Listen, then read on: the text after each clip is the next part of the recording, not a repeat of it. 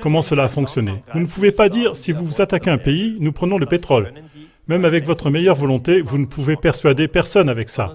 Mais vous devez avoir une autre histoire. Lorsqu'en août 1990, Saddam Hussein a envahi le Koweït, à propos, c'est à la même époque qu'en Italie, Andreotti dévoilait l'opération Gladio, il y avait un énorme désordre. On ne savait pas quelle crise était la plus importante. Mais allons au Koweït. Saddam a envahi le Koweït. Et puis Bush a dit, nous devons maintenant aller au Koweït pour délivrer le Koweït. C'était le président Bush, Bush senior, il l'a dit aux États-Unis. Puis les généraux américains ont dit, pourquoi donc? Alors il a dit, un pays ne peut pas envahir un autre pays, ça ne va pas. C'est contre le droit international, c'est contre la charte de l'ONU. Puis les généraux aux États-Unis ont dit, oui, mais les États-Unis viennent juste d'envahir Panama, il y a un an. Puis Bush a dit, c'est tout autre chose. Concernant le Koweït, il a encore dit, il faut que nous y allions. Puis les généraux ont dit, il ne s'agit donc ici que du pétrole? Et puis Bush a dit, non, il s'agit de la lutte épique entre le bien et le mal. Et c'est ainsi que chaque guerre est vendue. Une lutte épique entre le bien et le mal, afin que l'on puisse mieux commercialiser cette guerre. On l'a présentée comme suit. On dit, les soldats de Saddam Hussein n'ont pas seulement envahi le Koweït, mais au Koweït, ils sont allés dans un hôpital dans le service des nouveau-nés. Et puis, ils ont arraché les nouveau-nés de leur couveuse et les ont jetés par terre, la tête la première. C'est de l'infanticide. Et les enfants dans les couveuses sont les enfants les plus faibles. Alors parmi les enfants, ils prennent encore ceux qui sont les plus faibles, ils les tuent, ok? Ça y est, c'est de la brutalité. Ce n'était pas Bush, le père, qui a raconté cela, ni Schwarzkopf, qui a fait la guerre et qui l'a gagnée, mais c'est une fille qui l'a raconté. Une fille de 16 ans, elle a dit, « J'ai travaillé dans cet hôpital comme infirmière. Je le vis de mes propres yeux. » Et elle pleurait en le disant. À ce moment, vous devez faire attention. Si quelqu'un, une fille de 16 ans, parle d'infanticide en larmes, alors vous êtes touché psychologiquement parlant. Ok, vous êtes embarqué. Vous pensez, quoi? Ce n'est pas possible. Ça, c'est maintenant. Maintenant, ça suffit. Allons en guerre. Ce sont des barbares. C'est où? En Irak? En Iran? Est-ce que c'est le même pays? Et vous êtes tellement sous le coup de l'émotion, oui, que vous êtes tout à coup pour une guerre. Bien que toute votre vie, vous ayez toujours dit, je veux tuer personne. Et je ne veux même pas aider ceux qui en tuent d'autres, que je ne connais même pas. Je l'ai décrit un peu plus exactement dans mon livre, Europa in Erdolschrausch. Par les masses médias, cela est transporté dans chaque salon. Ils ont enlevé les nouveau-nés hors de leur couveuse, dit Bush, à la télévision, et à la télévision se trouve dans chaque salon. Et voilà pourquoi cet appareil est dangereux.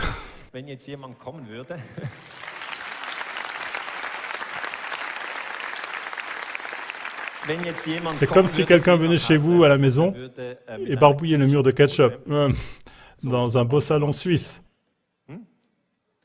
Alors, nous allons disjoncter et nous dirons, et les rideaux aussi sont rouges, ça va pas la tête. Du ketchup sur le mur, sur le canapé, sur les rideaux, ça ne va pas du tout. Mais ce qui sort de la télévision est bien plus dangereux. Ça sort chaque jour et ça fait de plus grands dégâts.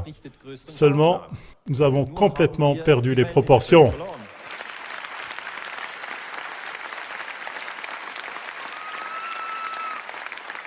Après la guerre, je vous dis, les historiens travaillent lentement, mais nous sommes précis. Après la guerre, nous avons pu prouver que l'histoire des couveuses était un mensonge.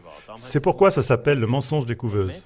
La fille appelée Najira n'a jamais travaillé dans cet hôpital, mais elle avait l'apparence d'une Koweïtienne, car c'était la fille de l'ambassadeur du Koweït aux États-Unis. Oui, c'est aussi simple que ça. Bien sûr, elle doit avoir l'apparence, et je voulais dire qu'elle aussi, elle a été utilisée. Une fille de 16 ans. Oui, les adolescents racontent sans doute des choses qui ne sont pas toujours la vérité. Mais ils ne racontent pas des guerres, ça ne les intéresse pas. Mais elle a fait un casting et elle a été choisie par une agence de publicité qui s'appelle Hill et Knowlton dans une séance de casting comme étant une ambassadrice motivée. Ils avaient un budget d'1 million pour vendre la guerre et ce budget a été financé par le Koweït. Chacun a donc tiré son profit. Les Koweïtiens ont reçu des milliards pour les réparations de guerre de la part des Irakiens. Et les Américains ont reçu des bases militaires au Koweït. Et ce, exactement à la fin de la guerre froide. Car, pendant la guerre froide, on n'aurait jamais pu faire ça. Mais en 1990, l'Union soviétique se trouvait en crise. Immédiatement, on est allé dans le Golfe Persique et on a mis le grappin sur le pétrole. 2003, les armes NBC, vous les connaissez? J'en parle très brièvement. Nous avons des raisons de supposer que Saddam Hussein fabrique des armes nucléaires, a dit Dick Cheney, le vice-président de l'époque. C'était un mensonge, rien que du mensonge. Rien n'est vrai. Les étudiants demandent « Pourquoi ces gens ne sont-ils pas en prison ?» Alors je réponds « Les prisons leur appartiennent, ce n'est pas si simple. Vous ne pouvez pas y aller. »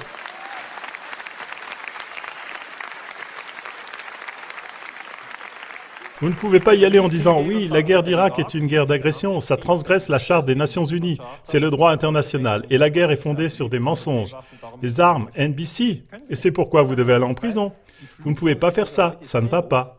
Parce que ces gens volent trop haut, vous n'avez pas la possibilité pour les arrêter. » J'ai naturellement remarqué que Cheney connaissait le business de la guerre, masqué car il était le ministre de la Défense quand cette histoire a été montée. Oui, la plupart des gens ont complètement oublié qu'il avait déjà fait quelque chose autrefois. Mais il a un parcours de vie impressionnant. Puis, le mouvement pacifiste a manifesté contre l'attaque en Irak. Il y avait des protestations à Berne, à Londres, à Rome, à Berlin, de très grands mouvements pacifistes. Cela n'a pas servi. Les Britanniques ont dit « l'Irak possède des armes chimiques et biologiques. Leurs missiles sont opérationnels en 45 minutes. » Dixit Tony Blair. Ici non plus, pas un mot n'est vrai. Et parce que ces mensonges ont été répandus en masse et de nos jours, presque tout le monde sait que c'est un mensonge, voilà pourquoi il y a cette méfiance vis-à-vis des hommes politiques les plus importants et des guerres. La guerre d'Irak a fait 100 000 morts. J'ai choisi cette image et vous savez que je pourrais montrer bien d'autres images.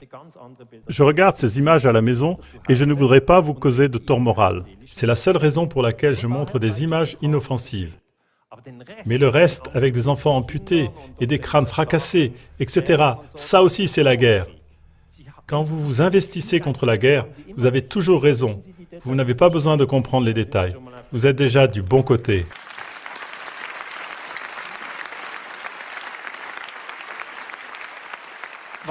Ce qu'on a fait à cette époque-là, Condoleezza Rice, la conseillère à la sécurité, l'a dit. Elle a fabriqué des liens entre Al-Qaïda et l'Irak. Bon, ce qu'on a fait, on a associé les attaques terroristes du 11 septembre avec l'attaque contre l'Irak et on a dit « Oui, Saddam Hussein a aussi joué un rôle le 11 septembre. » Et les soldats qui n'ont pas eu une bonne formation, ils ne peuvent pas faire la différence entre Saddam Hussein et Ben Laden, et ils ne peuvent pas non plus analyser les attaques terroristes du 11 septembre. C'est comme ça. Émotionnellement, ils n'en sont pas capables. Mais nous avons analysé les casques des soldats. C'est leur façon de communiquer. Ils dessinent toujours quelque chose sur leur casque. Ils l'ont fait lors de la guerre du Vietnam et ils l'ont fait aussi lors de la guerre d'Irak.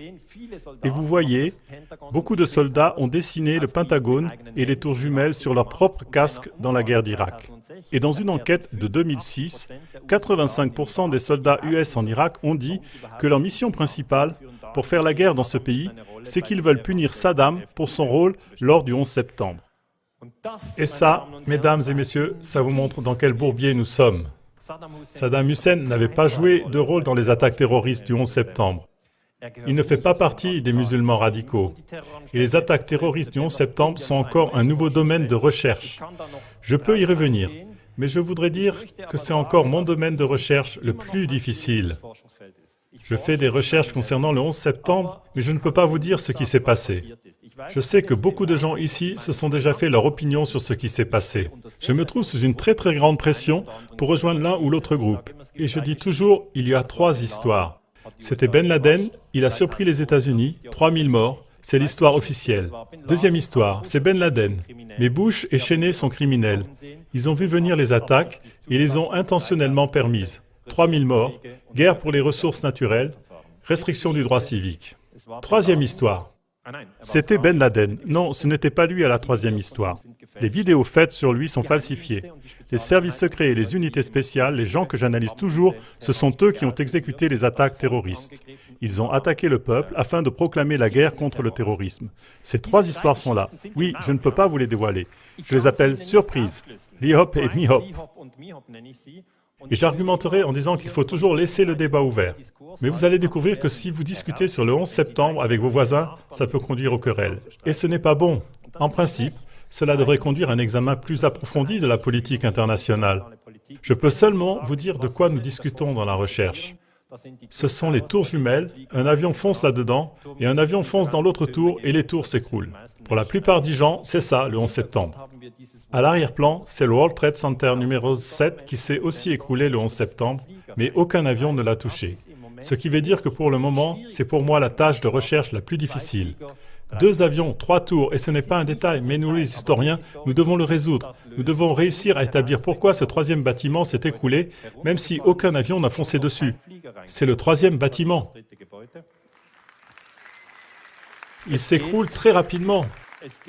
Dans le rapport de la commission du 11 septembre, qui a été publié en 2004, ce bâtiment n'est pas mentionné. Il manque une tour dans l'historiographie officielle. Le livre est mauvais. En fait, vous pouvez le jeter au feu. Car si vous avez l'enquête officielle de Bush sur la plus grande attaque de l'histoire, et il y manque une tour, alors ça ne va pas.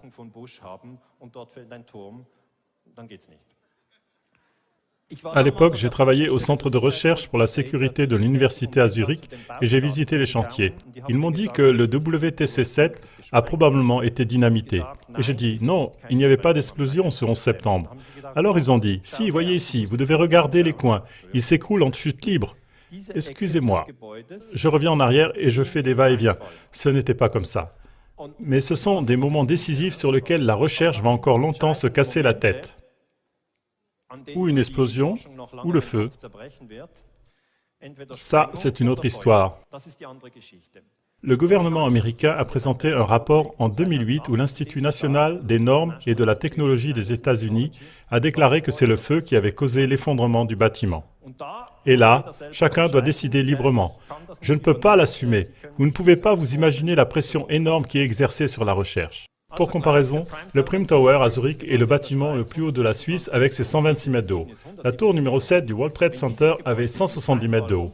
En Suisse, si ce bâtiment-là s'était écroulé en chute libre, les administrations auraient été là, l'université de Zurich aurait été là, l'université de Bâle aurait été là, et aussi le conseil fédéral, tout le monde aurait été là. Béton et acier ne devraient pas s'écrouler. Ce qu'on examine maintenant, c'est l'histoire de la colonne 79. C'est la colonne la plus importante du bâtiment.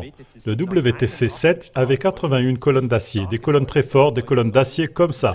Elles sont verticales. Et cette colonne 79 aurait été déstabilisée par l'incendie d'un bureau et ce serait la raison pour laquelle tout le bâtiment s'est écroulé en chute libre. Vous pouvez réfléchir vous-même. J'aimerais attirer votre attention sur le fait qu'on discute de cela aussi au Japon. Vous allez bien sûr quelquefois sur Internet, peut-être vous avez visité ce site. Ça, c'est un homme politique japonais. Les Japonais n'ont pas de pétrole. Donc, ils veulent savoir, est-ce qu'il s'agit d'une guerre pour le pétrole, le gaz ou d'une chasse aux terroristes? Et les terroristes sont-ils toujours là où se trouve le pétrole, le gaz? Ou bien comment ça fonctionne? Et ils ont discuté de l'effondrement du VTC numéro 7 au Parlement. J'ai aussi parlé un peu de ce sujet avec les parlementaires suisses dans les coulisses. Un parlementaire a dit à l'autre, « Nous prenons ce sujet dans notre commission de politique de sécurité. » Et l'autre a répondu, « Non, il vaut mieux ne pas le faire. Nous sommes en train de discuter si nous achetons un avion de chasse ou non. Ces grandes affaires ne sont pas nos affaires. » Voilà, ça veut dire qu'en Suisse, on en discute seulement en secret. À l'université, la recherche est difficile et au ministère de la Défense, les recherches ne sont pas souhaitées. C'est-à-dire que nous sommes un peu bloqués ici. Je suppose que c'est la même chose en Allemagne.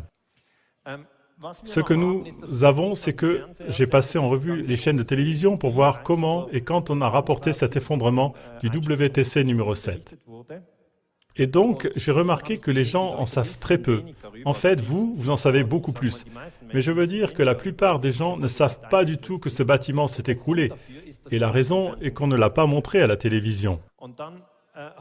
Et puis, j'ai cherché, et j'ai trouvé BBC World, l'a rapporté, puis je me suis réjoui. J'ai pensé, eh bien, elle existe encore, la télévision, le média de qualité. Et puis après, j'étais quand même déçu, parce que la BBC en avait fait le rapport trop tôt. Oui, ce n'est pas amusant. Ils l'ont rapporté dans les informations de 5 heures, et le bâtiment est tombé à 5h20. Et là, nous, les historiens, nous avons une règle. Toujours l'événement d'abord, et seulement après le rapport.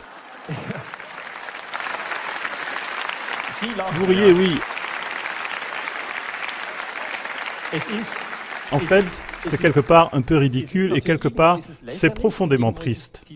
C'est justement les deux, savez-vous, c'est ce dilemme dans lequel nous nous trouvons à présent. D'une part, nous aimerions rire, d'autre part, nous aimerions pleurer. Ce n'est pas très clair comment on doit gérer tout cela. C'est clair et net que la reporter James Stanley parle ici et que le bâtiment au fond est encore debout. Et nous l'avons contrôlé, c'est une image correcte. Et ce n'est qu'en 2008 que le directeur de la BBC World, Richard Porter, s'est excusé et a dit « We were working on an incorrect news agency report », ce qui signifie « excusez-moi ». Et puis il dit « We had this gentleman from Reuters ». Nous l'avons reçu de l'agence Reuters.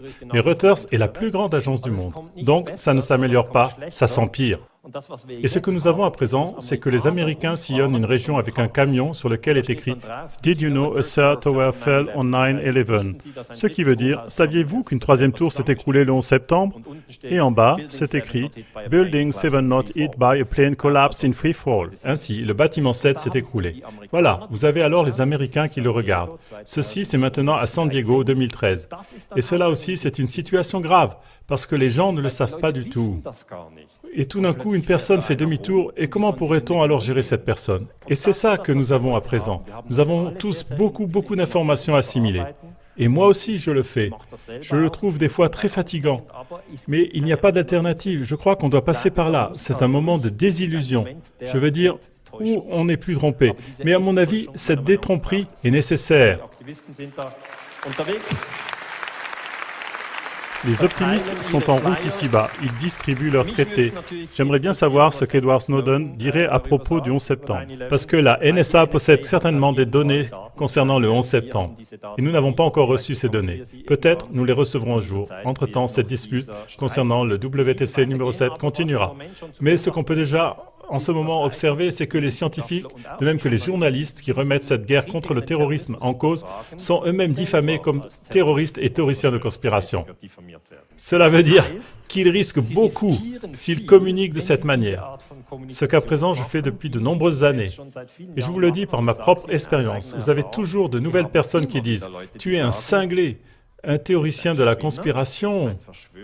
Bon, on ne m'a pas encore appelé un terroriste jusqu'à présent, mais vous serez attaqué. Il n'est pas possible que vous vous occupiez de ces sujets et que tout le monde s'en réjouisse.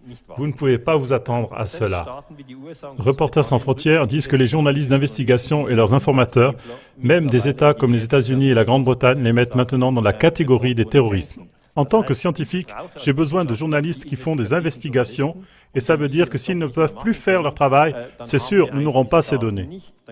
Puis, il y a une carte où on voit où l'information est encore correcte et où elle ne l'est pas. Là, vous pouvez en penser ce que vous voulez. Où est notre place? La Suisse? 15e place. Eh bien, soit alors nous avons au moins la possibilité de nous réunir ici sans qu'on nous emmène après. C'est un plus. Réjouissez-vous. La carte n'est que partiellement vraie. Nous continuons. Un tour de force. Bon, la série en 2003. Le méchant dans ce jeu, Assad, lui, il doit être tué. Vous l'avez déjà vu? C'est Ben Laden, c'est Milosevic, c'est Assad, c'est Poutine. Cela change tout le temps. Ben Laden, n'importe où qu'il se trouve. Saddam Hussein, c'est toujours la politique qui chasse un méchant. Et quand il est mort, tout serait bien de nouveau. C'est comme ça qu'on l'explique. Évidemment, ce n'est pas vrai. En Syrie, nous avons une situation complexe qu'on nous explique ainsi. Les sunnites radicaux seraient la solution. Ce sont ces personnes-ci.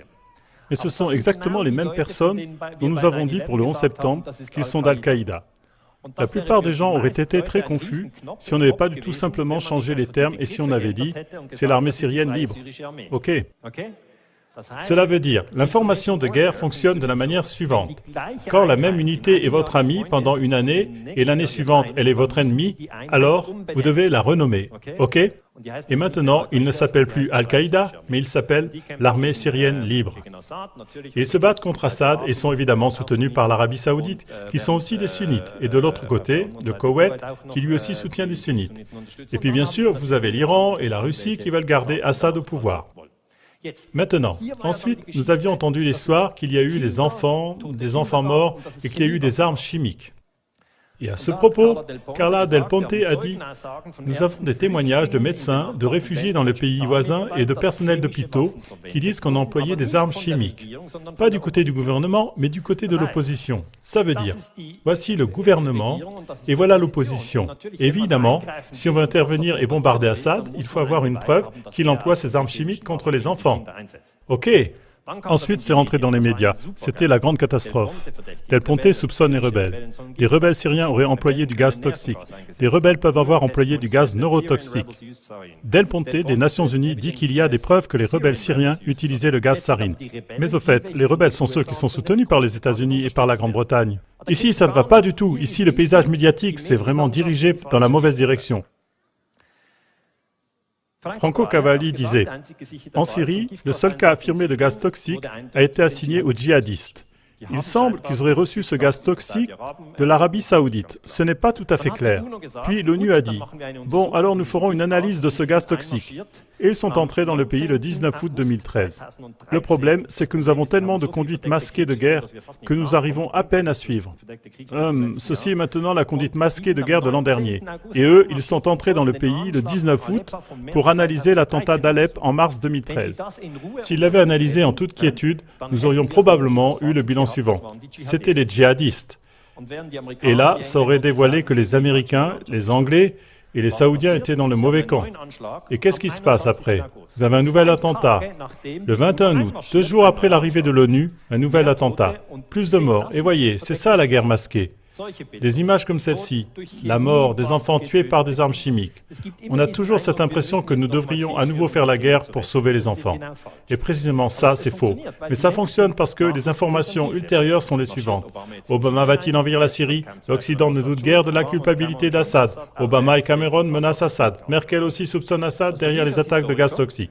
Donc pour moi, en tant qu'historien, c'est en août 2013, excusez, je retourne, c'est en mai 2013. Ils peuvent échanger les groupes tout de suite, et si quelque chose tourne mal, ils ont seulement besoin de l'arranger un peu, et c'est fou, c'est vraiment fou. J'étais une fois avec Eric Gisling au Koweït. Arnold Oettinger, lui aussi, était là, et Ulrich Tilgner. Et nous avons... La situation au Proche-Orient est compliquée. On ne l'a pas seulement besoin de distinguer entre sunnites et chiites. Mais c'est vraiment un domaine étendu. Et son estimation, je la trouve bonne. Il a dit, ça aurait aussi pu être des terroristes Al-Qaïda qui aimeraient entraîner les États-Unis dans une nouvelle guerre. C'est possible aussi. Il utilise aussi le terme de terroristes d'Al-Qaïda. Il ne les appelle pas l'armée syrienne libre. Il a déjà tout compris, il s'est détaché lui-même de cette propagande. Je pense que c'est un homme bien. Mais maintenant, on a parlé de tous les sujets, car l'Ukraine, nous l'avons déjà eu, et je crois que nous n'avons pas besoin de le répéter. Alors, j'aimerais bien passer à la conclusion. Premièrement, comme scientifique ayant des expériences de longue date, je peux vous assurer que la guerre masquée existe. C'est un fait.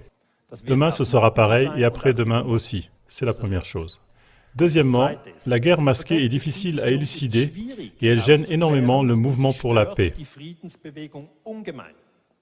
C'est un dégât gigantesque pour le mouvement de la paix et je ne peux que vous recommander d'observer de façon critique cette manière de tuer et de mentir.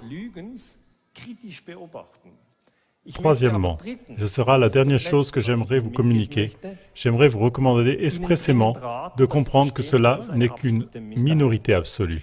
On l'appelle aussi « the crimes of the 1%», c'est-à-dire les crimes du 1%. Il n'en est pas ainsi. Ça, j'aimerais surtout le dire aux jeunes qui sont dans cette salle. Il y a beaucoup de jeunes ici, je ne veux pas dire que c'est le comportement normal des hommes. Ce n'est pas le comportement normal, mais c'est un comportement de psychopathe. Cela devrait être étudié, bien sûr, de manière approfondie, mais...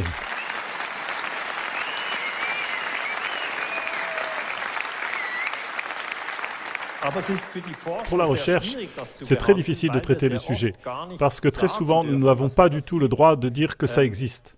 Mais j'aimerais vous encourager à vous orienter sur des exemples concrets. Prenez un pays et prenez une date et déclinez-le de part en part, n'importe quel pays, celui que vous voulez. Et discutez-en avec quelqu'un d'autre et faites-vous votre propre opinion. Ce qui est vraiment important, c'est que chacun puisse se faire ouvertement sa propre opinion. Dans ce même esprit, je vous souhaite beaucoup de force pour la paix et toute la chance dont vous aurez besoin.